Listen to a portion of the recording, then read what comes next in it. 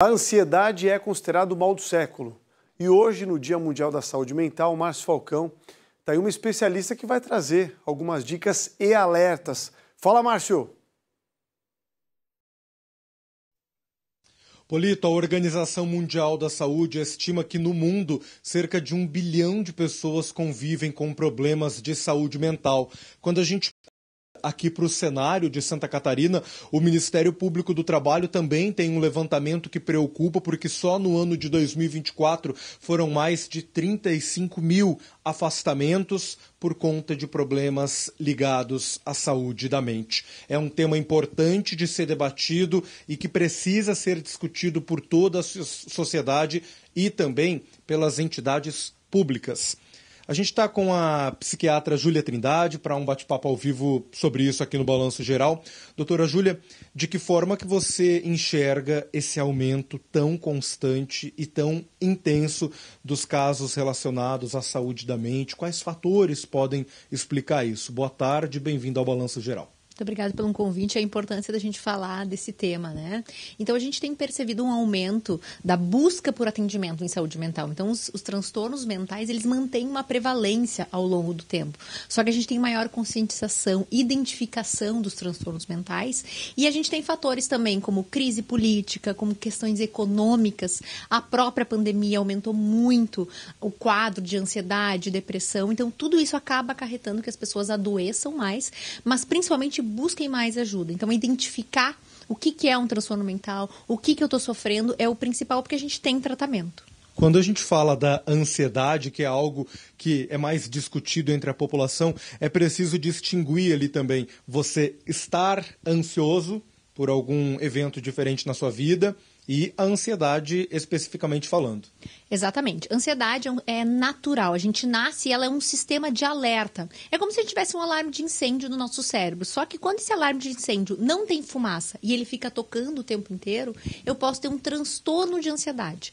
E a gente tem tipos específicos, né? A gente tem ansiedade generalizada, que é aquela pessoa que ela está o tempo todo preocupada, ela fica preocupada com tudo, ela deita para dormir e ela fica pensando no dia seguinte, ela tem prejuízo. A gente fala que virou um transtorno quando eu tenho sofrimento ou prejuízo. E eu tenho que ter tempo, eu tenho que ter acompanhamento para poder identificar isso. E a gente tem algumas ansiedades específicas, ansiedade social, que é aquela pessoa que tem muito medo de se expor. Então, a gente tem que identificar para poder diferenciar. Todo mundo, em algum momento, vai sentir ansiedade. Não é um problema. Inclusive, a gente precisa ter medo, né? O medo, ele nos ajuda a prever problemas e a gente identificar. Só que, quando em excesso, ela traz prejuízo. Fundamental falarmos também sobre os alertas que são emitidos pelo corpo e que momento é o exato para decidir pela busca de ajuda.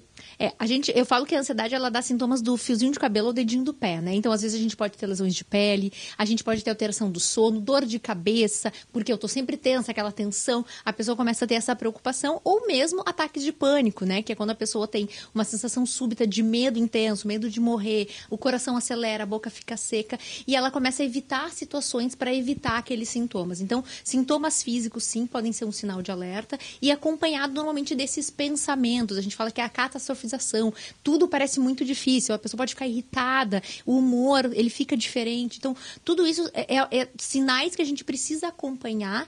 E, claro, que a gente tem formas de melhorar também, por exemplo, com exercício físico. Sabemos que hoje, quadros leves de ansiedade, a gente pode tratar com exercício físico.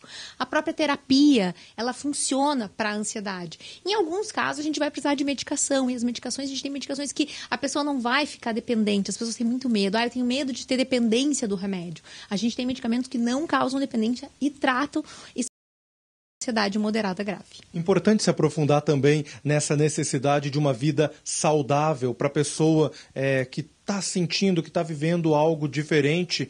Manter uma vida saudável com certeza ajuda muito. Com certeza. A gente fala que é aquela prevenção, né? Exercício físico, por exemplo, serve como prevenção, mas a gente entende, né, que a gente sabe que a nossa rotina, e muitas vezes a pessoa pega ônibus, às vezes ela fica 4 horas no trânsito, é muito difícil, mas a gente precisa ter aqueles momentos de parar, respirar, que são segundos, e perceber o corpo. Respiração, a gente fala em mindfulness, que é o estar no momento presente, atenção plena. Então, técnicas de respiração podem ajudar a diminuir a ansiedade, bons relacionamentos, ter momentos de lazer. Eu falo que separa 30 minutos do teu dia para fazer uma coisinha que tu gosta todos os dias. Não precisa ser nada demais. 30 minutos no dia que tu vai com certeza ajudar a diminuir essa sobrecarga e ter uma maior qualidade de vida. Doutora Júlia, muito obrigado pela participação ao vivo conosco aqui no Balanço Geral. Boa sexta-feira. E aí, quando a situação estiver difícil demais, muito importante buscar ajuda médica. Polito. Obrigado, Falcão.